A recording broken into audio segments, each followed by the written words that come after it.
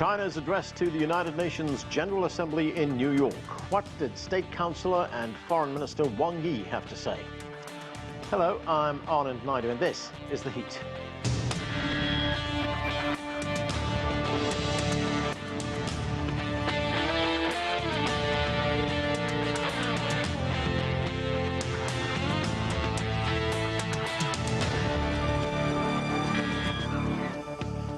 The United Nations General Assembly is wrapping up its major meeting in New York after listening to world leaders and representatives from across the globe over the last week. On Saturday, the Assembly heard from China's State Councilor and Foreign Minister Wang Yi. He said the world has entered a new phase which is more turbulent and impacted by accelerating change. He stressed the importance of peace, and he also underlined the case for development. Development holds the key to difficult issues and delivering a happy life to our people. We should place development at the center of the international agenda and build international consensus on promoting development and upholding all countries' legitimate right to development. Okay, let's bring in our panel. Joining me now from Beijing is Victor Gar. He is Chair Professor at Soochow University. With us too from Shanghai is Josef Gregory Mahoney. He is Professor of Politics and International Relations at East China Normal University. Also joining the discussion from Moscow is Dmitry Babich. He is a journalist and political analyst. And with us too here in Washington, D.C. is Sourabh Gupta. He is a Senior Asia-Pacific International Relations Policy Specialist at the Institute for China-America Studies. Thanks, everyone, for being with us. Victor, the Chinese Foreign Minister and State Councilor Wang Yi, he addressed the 77th UN General Assembly and he made a strong case for peace and development. What is your assessment of the broader message that China wanted to get across the world at a time, I should add, when there is much uncertainty? Indeed. If you listen very carefully to what State Councilor and Foreign Minister Wang Yi said at the 77th General Assembly in New York, then what he presented was two stark choices for mankind at a period of great uncertainty, as you mentioned, and great instability. One is peace rather than war and conflict and rivalry, and the other one is development rather than sabotage and Cold War in economic terms, tearing groups and countries into pieces, for example, and set up blocks opposing each other. I think this is exactly the choice facing mankind as a whole and almost all the countries in the world, because there is a war going on, and then the war is very divisive among European countries and in the world at large. And as far as China is concerned, and as China presented to the world, there is a choice to be made. China wants to choose peace rather than war. China wants to promote development rather than, for example, economic rivalry against each other and a Cold War mentality, etc. So this is a very important message presented by Wang Yi at the United Nations General Assembly on behalf of China. And I hope the rest of the world will listen very carefully and accordingly make a choice of their own so that the world tomorrow will be better rather than drifting away from peace and stability and development into war, rivalry, confrontation, and great disasters for mankind as a whole. Josef Gregory Mahoney, of course, this United Nations General Assembly took place while the conflict in Ukraine is raging on, and in that address to the Assembly, Foreign Minister Wang Yi made a very strong case for resolving this dispute through dialogue. Let's listen to part of what he had to say. Peace is crucial for our future, and it underpins common security of all countries. Turbulence and war can only open Pandora's box, and he who instigates a proxy war can easily get himself burned. Pursuing one's own absolute security can only undermine global strategic stability. We must address differences by peaceful means and resolve disputes through dialogue and consultation. So, Joseph, how do you think that message will have resonated with other members of the UN? Well, I think for quite a bit of the global south, it makes a lot of sense. We've seen the Chinese position in its general terms being expressed in basically the same way by other major countries in the global south. India comes to mind here. But I think, the real talk back here is the fact that, we've seen the war actually getting worse. We've seen Russia responding now with a mass mobilization. We've seen the threat of possibly going nuclear. We know that there's nuclear weapons. We know that there's a nuclear power plant that could be weaponized, or that could be drawn more further into the conflict in a way that would be devastating for Ukraine and Europe. So I think the foreign minister's key point here is that, instead of talking about ways in which we can escalate the conflict and who's winning and who might win in some absolute way, the only way forward is for us to facilitate peace talks. That's what we need to emphasize. Otherwise, this could get much worse or simply just remain unresolved and continue to be a major blight on world security. Joseph, do you think that message was heard? I don't think it is. Certainly not in certain Western countries. I think there's this idea now that the West is winning the proxy war. That I think there's just this optimism, this strange optimism that somehow or another Russia will simply quit, or that Russia won't escalate, and that this will come to a happy conclusion for Zelensky and company. But I don't see how that really makes a lot of sense in terms of real politics. Dmitry Babich, in that address, Minister Wang Yi, he said that China supports all efforts for a peaceful resolution to the crisis. He did also make the point that all sides in this conflict have legitimate security concerns. But given the state of the conflict right now, and Joseph was telling us about that a moment ago, do you think that is still possible? Well, it's always possible to stop madness and the mutual destruction of two Slavic peoples, Russia and Ukraine, is of course madness. The only difference between us and the West is that we remind people that the madness started in 2014 when the legally elected president was ousted, and in a matter of days, Ukraine stopped to be a democratic state. Instead of resolving the old rivalry between the West and East of Ukraine inside the parliament, suddenly the parliament started speaking with just one voice. And instead of resolving these issues inside the parliament, they started to resolve them on the battlefield. Of course, some volunteers and some weapons arrived from Russia and from Western countries. And what happened in February this year was just the further degradation of what started in 2014. I think that Foreign Minister Wang Yi, when he spoke about the proxy war, he mostly meant the United States and the West, of course, because Russia basically relies on the Russian-speaking population of Ukraine, which is not, these are not agents, these are people who had been living in that country for centuries. Their ancestors had been living there. And I think that, of course, Moscow would love to end this conflict with some kind of a compromise. But let me remind you that since May, Mr. Zelensky has been saying that he doesn't want negotiation. Negotiation is not possible. It will only be possible after the victory of the Ukrainian troops. Unfortunately, Zelensky was supported by the head of the EU diplomacy, Josef Borrell, who said that this war will be, the result of this war will be decided at the battlefield, not at the negotiation table. And you probably noticed that the strategy of the West changed. If in the beginning the West expected some kind of a quick victory of Russia and then prolonged guerrilla war, from April the West started supplying all kinds of deadly weapons to Ukraine, which made the situation much worse because most of these weapons hit civilians. They very rarely hit the military, but they hit a lot of Ukrainian civilians, right. People who are Ukrainian citizens. So in this situation, I think Putin crossed a very important Rubicon last week when he agreed to have these referendums and when he declared mobilization in Russia, partial mobilization. Right. He knew that this would not add to his popularity.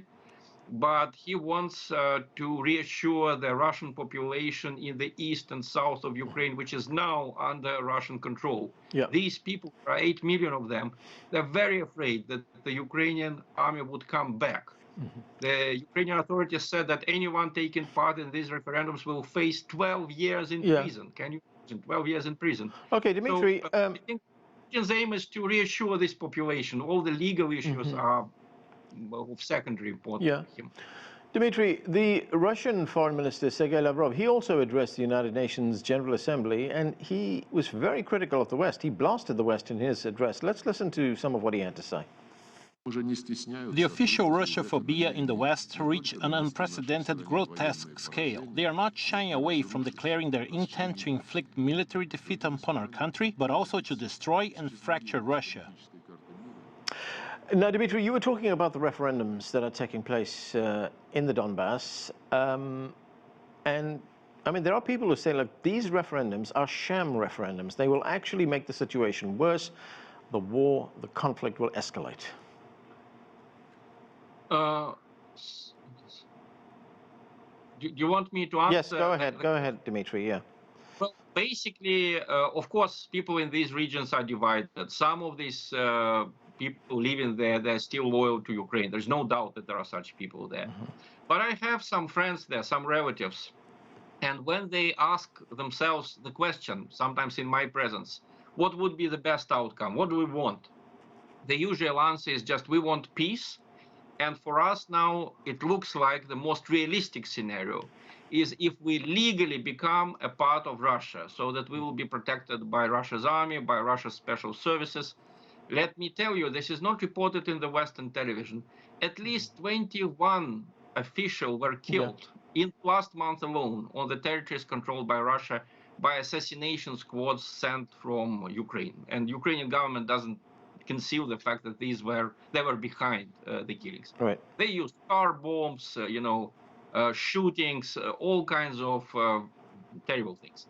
So people there, they don't feel secure. And when they ask themselves, what is the most realistic scenario out of this nightmare? Right. It is that Russia, we should live like Muscovites, protected by the Russian law, by the Russian special services who will arrest these people, these assassination squads. And this is the most frequent answer that I heard. Maybe I didn't hear people, from the other side, because they probably were other kind of people, but that's my impression. And on Lavrov's words, let me remind you, he is under sanctions.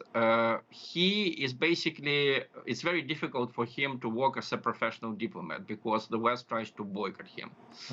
He's not allowed to visit European countries. He couldn't visit Serbia, even though Serbia is not part of the European Union, because the EU decided to kind of ask the countries between us and Serbia not to his airplane through. So there was a lot of emotion. There was a lot of personal feeling in his words, but they were all factual. I mean, and the most important part of his speech is when he said, where are we going to see the next frontier of NATO? Maybe in the South China Sea, because the NATO just doesn't stop expanding its interests, not only in Europe, but also... Okay, Dmitry, I want to move on to Sourabh Gupta. Sourabh, of course, the conflict in Ukraine was a major topic of discussion at this year's United Nations General Assembly. What is your assessment of what happened? I mean, we heard a lot of comments from both sides expressing their views on this conflict, what's going on, how it should be resolved, etc. But do you think they made any progress, or did both sides just engage in restating what are all the views that we already know? It was more of a restatement of all the views that we already know by both sides and by the international community. I mean, individual member states, where they came down on the issue, and that was expected. This was essentially the first non-emergency plenary session of the UNGA to discuss the subject, and it was for the first time they're meeting after the war started. So it was expected that this would be more about laying down positions. With regard to actually making moves on peace, countries have offered their good services, but at this point of time where the dynamic stands is Russia has more or less got its satisfactory territorial gains in Ukraine. And the Ukrainians feel that they deserve at least a chance for the right to self-defense to reoccupy the parts which legitimately and legally belong to Ukraine. And so we'll have to see how the Ukrainian advance moves on, when it fizzles out, where the dividing lines are, where there is gridlock on the ground. And if there is a lasting gridlock on the ground, then there might be a basis for kind of having a ceasefire and trying to have negotiations and discussions. And so that is the reason it's developments on the ground which are not facilitative of having peace discussions at this point of time. But those might arrive by the end of this year, once winter sets in, and we'll have to see what happens going forward. Victor Gao, one other issue that has been making headlines over the past few weeks and also at the UN is Taiwan. And in his address, Foreign Minister Wang Yi talked about Taiwan, and he made the case that the one China policy has long been the basic norm in international relations. Let's listen. Resolution 2758 resolved politically, legally, and procedurally the issue of representation of the whole of China, including Taiwan, in the UN and international institutions. It completely blocked any attempt by anyone or any country to create two Chinas or one China, one Taiwan. The One China principle has become a basic norm in international relations and a consensus of the international community when entering diplomatic relations with China. 181 countries all recognized and accepted that there is but one China in the world and Taiwan is part of China, and that the PRC government is the sole legal government representing the whole of China. Now, on Taiwan, Victor Gao, President Biden, in his address, said, or rather reaffirmed, the one China policy, but just a few days before, he'd been saying that the United States will ally with Taiwan if there is a conflict with China. I mean, what do you make of this? It appears to be very confusing, mixed messaging that's coming out of the United States. Yes, indeed. I think the fact that there is one China and Taiwan is part of China is actually one of the pillars of the post-Second World War international order, because it was written into the Cairo Declaration and the Potsdam Declaration, which really laid the solid groundwork for the unconditional surrender of Japanese fascism in August 1945. Now, the United States, ever since January the 1st, 1979, acknowledged that there is one China and Taiwan is part of China, and they also recognized the government of the People's Republic of China as the sole legal representative of the totality of China.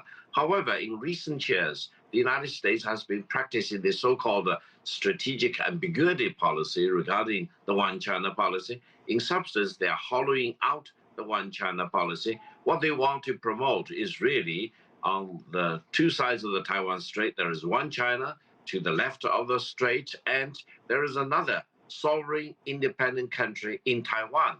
This is exactly in violation of the one China policy. It is in violation of the Chinese law. So I think President Biden, on 4 previous occasions, have declared that the United States will send troops to intervene in the situation if it breaks out on the two sides of the Taiwan Strait.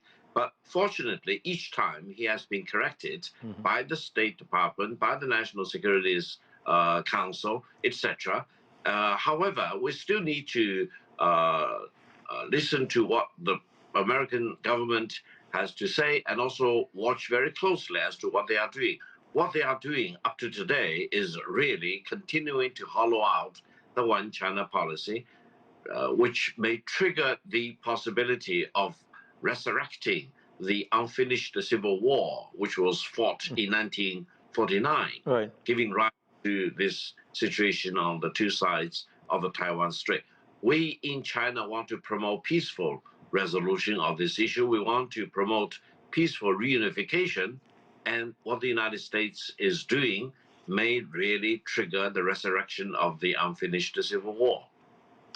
Joseph, Gregory, Mahoney, Minister Wang Yi also held a meeting, a face-to-face meeting, a bilateral meeting with the United States Secretary of State Antony Blinken. How do you see both countries moving forward? Do you think a meeting like this, a meeting of this type, could open the door perhaps to better relations? Well, I think that I don't think we're going to see a significant change in relations this year, given the upcoming Party Congress in Beijing and what are likely to be highly contested midterm elections that could have a decisive impact on Biden's ability to govern over the next 2 years. And I think that these two political sensitive times in both countries are intersecting in ways that are making it difficult to normalize relations, in addition to all the other problems that we've had over the last several years, as well as what I think is clear to everyone, which is the U.S. ambition to exploit the Taiwan issue as the key element of a new containment strategy. You know, we know that they met for 90 minutes.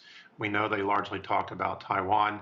And we know that it was quite good. It's a positive sign that they met on the sidelines. But I don't think that we can really expect anything to come from that meeting at this point, except maybe some clear understanding of where both sides stand, although I think that's been communicated over and over and over again for the past year or so.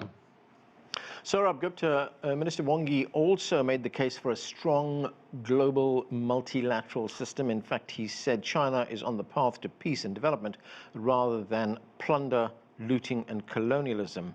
You know, we hear these days much about a growing global south, the power of the global south. Do you think their message is being heard now? I think their message is being heard. You know, one of the key topics of conversation at the UNGA this year was the consequences of the Ukraine-Russia conflict on food prices, on energy prices, on fertilizer prices, on debt, and how we can restructure their debt, and how many of the countries in the global south can not have to fall back a decade in terms of poverty, because they've already been hammered once by COVID, and how that support can be provided. I think China's point out here primarily was that China is on the side of stability in international relations, a law-based order which respects international law and the territorial integrity of states, and China is in favor of development. We have to understand, Foreign Minister Wang Yi had a meeting on the sidelines of the UNGA with the Friends of the Global Development Initiative, which President Xi himself had introduced last year. There were almost 60 countries. They laid out 7 measures. China talked about the various funding mechanisms that will go. The Global Development Initiative is part and parcel of the larger UN 2030 Sustainable Development Goals.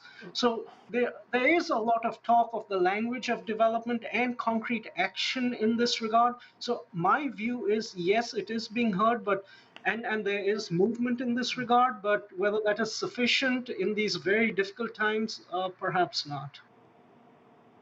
Dmitry Babich, the Chinese foreign minister, also held a bilateral meeting with the Ukrainian foreign minister in New York at the General Assembly. And one of the things he told the Ukrainian foreign minister was this. He said, China respects the territorial integrity and sovereignty of all nations.